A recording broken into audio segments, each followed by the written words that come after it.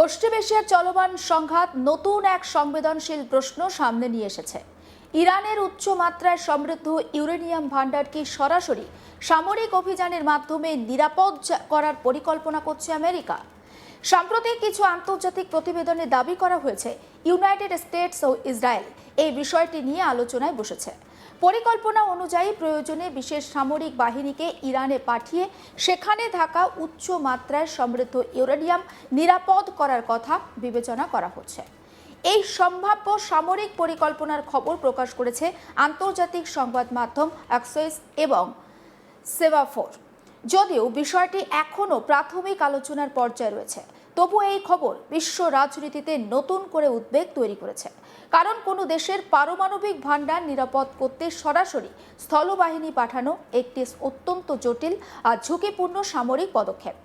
এই প্রতিবেদনে আমরা একেবারে বিশদভাবে বিশ্লেষণ করব কেন এই ধরনের পরিকল্পনার কথা ভাবা হচ্ছে, কিভাবে তা বাস্তবায়ন করা হতে পারে, এর সঙ্গে জড়িত সামরিক ও কূটনৈতিক ঝুঁকি কি আন্তর্জাতিক রাজনীতিতে সম্ভাব্য প্রভাব তৈরি করতে পারে।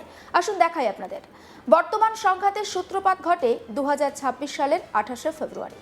ওই দিন আমেরিকা ও ইসরায়েল ইরানের বিরুদ্ধে একটি বড় সামরিক অভিযান শুরু করে। এই অভিযানের নাম দেওয়া হয়েছিল অপারেশন এপিক ফিউরি এবং ইসরায়েলের পক্ষ থেকে এর নাম দেওয়া হয়েছিল অপারেশন ওয়ারিং লায়ন।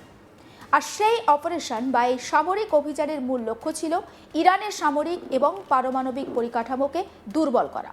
পশ্চিমা দেশগুলোর অভিযোগ, ইরান দীর্ঘদিন ধরে এমন মাত্রায় ইউরেনিয়াম সমৃদ্ধ করছে যা ভবিষ্যতে পারমাণবিক অস্ত্র তৈরির জন্য তারা ব্যবহার করতে পারে বা ব্যবহার করা যেতে পারে। ইরান অবশ্য বারবার দাবি করে এসেছে যে তাদের পারমাণবিক কর্মসূচি সম্পূর্ণ শান্তিপূর্ণ এবং তা মূলত বিদ্যুৎ উৎপাদন আর গবেষণার উদ্দেশ্যে পরিচালিত।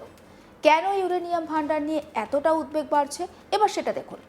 ইরানের কাছে বর্তমানে উল্লেখযোগ্য পরিমাণ উচ্চ মাত্রার সমৃদ্ধ ইউরেনিয়াম রয়েছে বলে আন্তর্জাতিক পর্যবেক্ষকদের ধারণা। বিভিন্ন রিপোর্টে বলা হয়েছে ইরানের কাছে প্রায় 450 থেকে 460 কেজি উচ্চ মাত্রায় সমৃদ্ধ ইউরেনিয়াম থাকতে পারে। এই ধরনের ইউরেনিয়ামকে সংক্ষেপে HEU বলা হয়। এটি এমন একটি উপাদান যা নির্দিষ্ট মাত্রায় সমৃদ্ধ হলে পারমাণবিক অস্ত্র তৈরির জন্য ব্যবহার করা সম্ভব। এ কারণে যুদ্ধ পরিস্থিতিতে এই ভান্ডার আন্তর্জাতিক নিরাপত্তার জন্য একটি বড় উদ্বেগের বিষয় হয়ে উঠেছে। ইউএস সেন্ট্রাল কমান্ডের এক্স হ্যান্ডেলে একটা পোস্ট হয়েছে, সেই পোস্টটা একবার আপনাদের সামনে তুলে ধরব।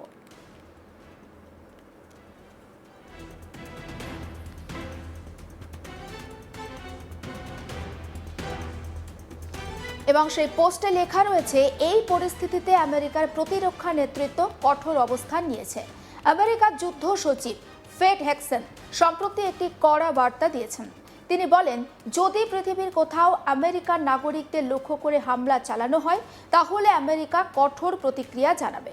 তার আরও কথায়, যদি কেউ আমেরিকানদের হত্যা করে বা হুমকি দেয় তাহলে আমরা তাকে খুঁজে বের করব, কোনো দ্বিধা বা ক্ষমা ছাড়াই। এই বার্তাটি প্রকাশ করে ইউনাইটেড স্টেটস সেন্ট্রাল কমান্ড, যা সংক্ষেপে সেন্টকন নামে পরিচিত, আমরা প্রত্যেকেই জানি। এই বার্তার সঙ্গে একটি ছোট ভিডিও কিন্তু প্রকাশ করা হয়। আর সেই ভিডিওতে দেখা যায় সাম্প্রতিক সামরিক অভিযানে আমেরিকান বাহিনী কিভাবে বিভিন্ন স্থাপনা এবং যানবাহনে হামলা চালিয়েছে। ভিডিওর উদ্দেশ্য ছিল একটি বিষয় পরিষ্কার করা, আমেরিকা প্রয়োজনে বিশ্বের যে কোনো স্থানে সামরিক অভিযান চালাতে সক্ষম। এবং ইউএস সেন্ট্রাল কমান্ডের এক্স হ্যান্ডেলে যে পোস্ট, সেই পোস্টটা আরও একবার আপনাদের সামনে রাখবো, কারণ এই সংঘাত নিয়ে আত্মবিশ্বাসী বক্তব্য দিয়েছেন আমেরিকার প্রেসিডেন্ট ডোনাল্ড ট্রাম্প। তিনি দাবি করেছেন যে সাম্প্রতিক অভিযানে ইরানের নেতৃত্বের বড় অংশকে কার্যত নিষ্ক্রিয় করে দিয়েছে আমেরিকা। আমেরিকার প্রেসিডেন্ট বলেন, এই সামরিক পদক্ষেপ বিশ্ব থেকে একটি বড় ক্যান্সার অপসারণের মতো। ফ্লোরিডার মিয়ামি শহরে যাওয়ার পথে এয়ারফোর্স ওয়ানে সাংবাদিকদের সঙ্গে কথা বলতে গিয়ে তিনি বলেন, আমরা যুদ্ধে অনেকটা এগিয়ে আছি, তাদের পুরো দোস্ত সাম্রাজ্য আমরা ধ্বংস করে দিয়েছি। ডোনাল্ড ট্রাম্পের বক্তব্যটা একবার শুনুন। We've accomplished more in 1 week than anyone thought possible. We've wiped out their Navy 44 ships. We've wiped out their Air Force, every plane. We've wiped out most of their missiles. You see, the missiles aren't coming much anymore. We've also hit their manufacturing areas where they make the missiles very hard. Their drone capacity is way down,